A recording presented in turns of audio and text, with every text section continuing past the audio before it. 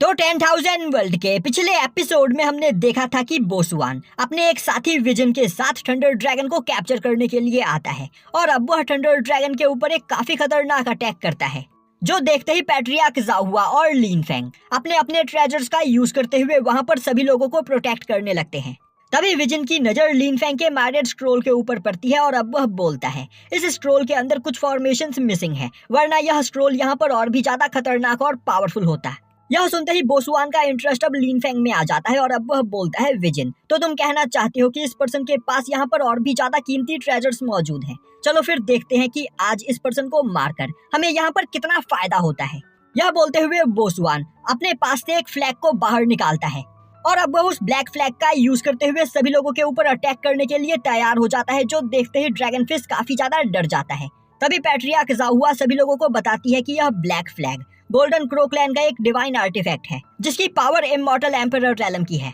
और अगर हमने यहाँ पर जल्द ही कुछ नहीं किया तो हमारा मरना तय है। यह सुनते ही लिन फेंग भी परेशान हो जाता है और अब वह तुरंत एम्परर डोंगजी की सोल बॉडी को उस जगह पर समन करता है। अब एम्परर डोंगजी के वहां पर आते ही उस ब्लैक फ्लैग के द्वारा बनाया गया फॉर्मेशन डिस्ट्रॉय हो जाता है, जो देखते ही बोसवान काफी ज्यादा हैरान होता है। तभी एम्परर डोंगजी अपने स्वॉर्ड से अटैक करते हुए उस फॉर्मेशन बैरियर को भी डिस्ट्रॉय कर देते हैं, जिस फॉर्मेशन बैरियर के अंदर विंजन ने लिन फेंग और उसके साथियों को कैप्चर करके रखा होता है। अब एम्परर डोंगजी के अटैक प्रेशर से वहां पर बोसवान, डी यान यू और विंजन तीनों ही इंजर्ड हो जाते हैं और अब विंजन खड़ा होते हुए बोलता है यह पर्सन इमॉर्टल एम्परर रैलम के 6th लेवल पर है, हम तीनों एक साथ मिलकर भी इसे फाइट में नहीं हरा सकते हैं, तो हमें यहाँ से भाग जाना चाहिए। अब यह सुनकर बोसवान को काफी ज्यादा गुस्सा आता है। तभी एम्परर डोंगजी आगे बढ़ते हुए बोलते हैं बेवकूफो, आखिर तुम्हारी हिम्मत कैसे हुई यहाँ पर मेरे बेटे को बुली करने की, और क्या तुम्हें सच में लगता है कि तुम यहाँ पर मुझसे बचकर भाग सकते हो। यह बोलते हुए एम्परर डोंगजी उन तीनों के ऊपर ग्रेविटेशनल फोर्स डालने लगते हैं, जिससे वहाँ पर डी युआन की हालत काफी ज्यादा खराब होने लगती है।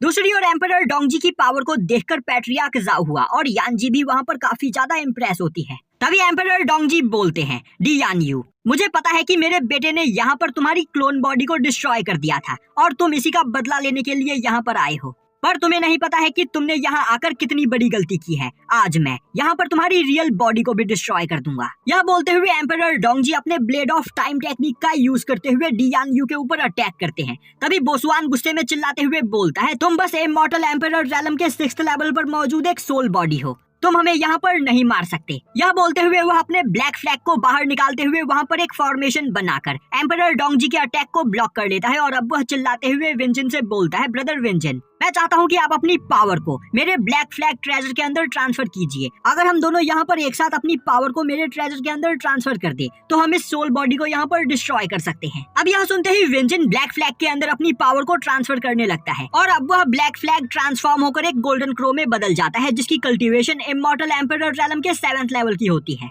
और अब वह गोल्डन क्रो अपने गोल्डन फेदर से अटैक करते हुए एम्परर डोंगजी के टाइम ब्लेड्स को डिस्ट्रॉय कर देता है, जिससे वहाँ पर काफी खतरनाक ब्लास्ट होता है, जो देखते ही बाईहोंग एक बैरियर बनाते हुए वहाँ पर अपने सभी साथियों को प्रोटेक्ट करने लगती है। तभी बोसवान अपने गोल्डन क्रो को ऑर्डर देते हुए उसे एम्परर डोंगजी के ऊपर अटैक करने के लिए आगे भेजता है। अब वह गोल्डन क्रो एम्परर डोंगजी के सोल फाउंडेशन के ऊपर अटैक करते हुए एम्परर डोंगजी की सोल बॉडी को वहाँ से गायब करने की कोशिश करता है, पर एम्परर डोंगजी काफी आसानी से उसके अटैक को ब्लॉक कर लेते हैं। अब यह देखते ही बोसवान अपने गोल्डन क्रो के अंदर अपनी पावर को ट्रांसफर करते हुए दोबारा से एम्परर डोंगजी के ऊपर एक अटैक करता है, पर तभी एम्परर डोंगजी एक बैरियर बनाते हुए उस अटैक को ब्लॉक कर लेते हैं। दूसरी ओर यह देखकर डी यान यू काफी ज्यादा खुश हो रहा होता है, वहीं पर वह सोच रहा होता है बस हमें यहाँ पर इस सोल बॉडी को डिस्ट्रॉय करना है, जिसके बाद हम थंडर ड्रैगन को मारकर उसकी एनर्जी को रिफाइन कर सकते हैं। और तो और हमारे पास यह गोल्डन ब्लैक फ्लैग है, जिसका यूज करते हुए हम यहाँ पर सभी लोगों का नामो निशान मिटा देंगे। दूसरी ओर बोसवान लगातार अपने गोल्डन क्रो से अटैक करते हुए एम्परर डोंगजी की सोल बॉडी को डिस्ट्रॉय करने की कोशिश कर रहा होता है, पर एम्परर डोंगजी हर बार उसके अटैक को ब्लॉक कर लेते हैं। यह देखते ही विंजन बोसवान की मदद करने के लिए आगे बढ़ता है और अब वह एक धर्मा बॉडी को बाहर निकालते हुए एम्परर डोंगजी के ऊपर अपने ब्लड हरिकेन टेक्निक से अटैक करता है। अब बोसवान और विंजन की combined power immortal emperor realm के 8th लेवल के बराबर होती है, जो देखते ही ड्रैगन फिश काफी ज्यादा डर जाता है और बोलता है मास्टर अब हमारा यहाँ पर मरना तय है। तभी एम्परर डोंगजी आगे बढ़ते हुए बोलते हैं बच्चों, तुम्हें लग रहा है कि तुम्हारे पास ही यहाँ पर बस ट्रेजर्स है, जिसका यूज करते हुए तुम किसी को भी जान से मार सकते हो, पर तुम्हें कभी भी अपने अपोनेंट को अंडर एस्टिमेट नहीं करना चाहिए। यह बोलते हुए एम्परर डोंगजी लिन फेंग की सोल सी के अंदर से उन स्टोन पिलर्स को बाहर निकालते हैं जिसके अंदर मंकी किंग का ग्रैंडसन कैद था, और अब वह अपने फिनिक्स मार्शल सोल के साथ स्टोन पिलर की पावर को मर्ज कर देते हैं, जिससे एम्परर डोंगजी के फिनिक्स मार्शल सोल की पावर कई गुना बढ़ जाती है। और अब एम्परर डोंगजी का फिनिक्स मार्शल सोल बस अपने विंग से अटैक करते हुए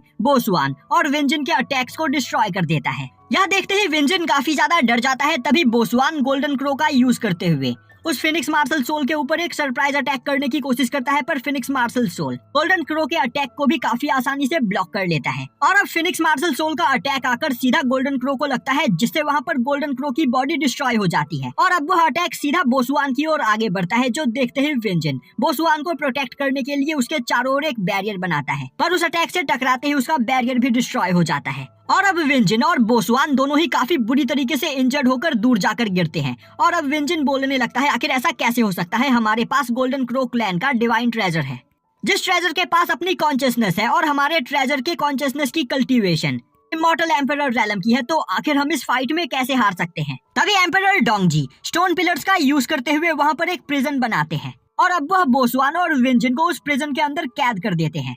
और अब वह उस केज के अंदर उनके ऊपर अपने टाइम स्वॉर्ड से अटैक करते हैं, जो देखते ही विंजन की हालत खराब हो जाती है। और अब वह अपने पास से एक फॉर्मेशन फ्लैग को बाहर निकालते हुए वहां पर ग्रेट सोलर केज फॉर्मेशन बनाता है, जिससे वह एम्परर डोंगजी के अटैक को ब्लॉक कर सके। पर उसके द्वारा क्रिएट किया गया फॉर्मेशन ज्यादा देर तक वहां पर नहीं टिक पाता है, और अब कुछ ही देर में उसके सभी फॉर्मेशन फ्लैग्स भी वहां पर डिस्ट्रॉय हो जाते हैं। और अब एक स्वॉर्ड आकर सीधा बोसवान को लगता है, जिससे वहां पर बोसवान काफी बुरी तरीके से इंजर्ड हो जाता है। यह देखते ही विंजन बोलने लगता है, प्रिंस बोसवान, यह पर्सन बहुत ही ज्यादा पावरफुल है, हम यहाँ पर चाहे कुछ भी क्यों ना कर ले, इस पर्सन को फाइट में नहीं हरा सकते हैं। तो आपको अपने ब्लड लाइन को यहाँ पर अवेक करना होगा, अपने एंसेस्टर के ट्रू स्पिरिट को यहाँ पर समन कीजिए, वरना यहाँ पर हम दोनों का मरना तय है। अब वहाँ पर बोसवान और विंजन की हालत को देखकर डियान यू काफी ज्यादा डर जाता है, और अब वह अपने पास से एक ट्रेजर को बाहर निकालते हुए अपनी जान बचाने के लिए उस ट्रेजर के अंदर छिप जाता है। तभी एम्परर डोंगजी बोलते हैं, तुम दोनों को परेशान होने की कोई जरूरत नहीं, मैं तुम्हें जान से नहीं मारूंगा, बल्कि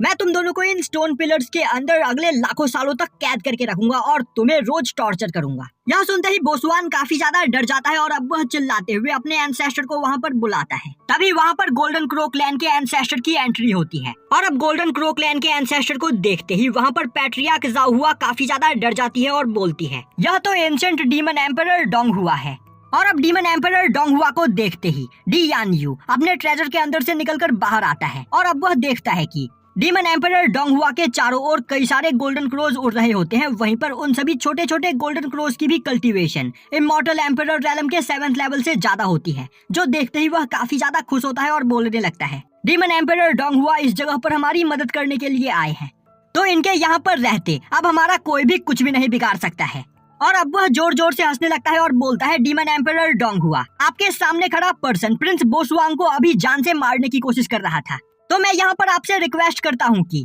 आप इसे यहाँ पर पनिश कीजिए। और अब विंजन और बोसवांग भी वहाँ पर बो डाउन करते हुए डीमन एम्परर डोंगहुआ से मदद मांगते हैं। वहीं वह दोनों मन ही मन सोच रहे होते हैं कि demon emperor donghua ancient imperial court emperor हुआ करते थे, और यह इतने ज्यादा पावरफुल है कि इनके सामने कोई नजरें उठाकर इनसे बात करने की भी हिम्मत नहीं करता है। दूसरी ओर साउटियान परेशान हो जाता है, और अब वह लिन फेंग के पास आते हुए बोलता है, मास्टर अब हमें यहाँ पर क्या करना चाहिए, यह डीमन एम्परर डोंगहुआ बहुत ही ज्यादा पावरफुल है, और तो और इसके आसपास जो स्पिरिचुअल पेट्स उड़ रहे हैं उन्हीं की कल्टीवेशन इमॉर्टल एम्परर रैलम के 7th लेवल से ज्यादा है, तो आखिर यह पर्सन खुद कितना ज्यादा पावरफुल होगा। तभी लिन फेंग बोलता है, तुम्हें परेशान होने की कोई जरूरत नहीं, मुझे फादर पर पूरा यकीन है, फादर इस पर्सन को यहाँ पर संभाल सकते हैं। तभी एम्परर डोंगजी स्माइल करते हुए बोलते हैं, डीमन एम्परर डोंगहुआ, हमें मिले यहाँ पर सच में काफी टाइम हो गया है। तभी डोंगहुआ बोलता है, सीनियर, मैंने कभी नहीं सोचा था कि मुझे दोबारा आपसे यहाँ पर मिलने का मौका मिलेगा, और आपसे मिलकर सच में मुझे बेहद खुशी हुई है। अब यह देखकर बोसवान काफी ज्यादा कंफ्यूज हो जाता है और बोलने लगता है, आखिर इस जगह पर क्या चल रहा है, आखिर डीमन एम्परर डोंगहुआ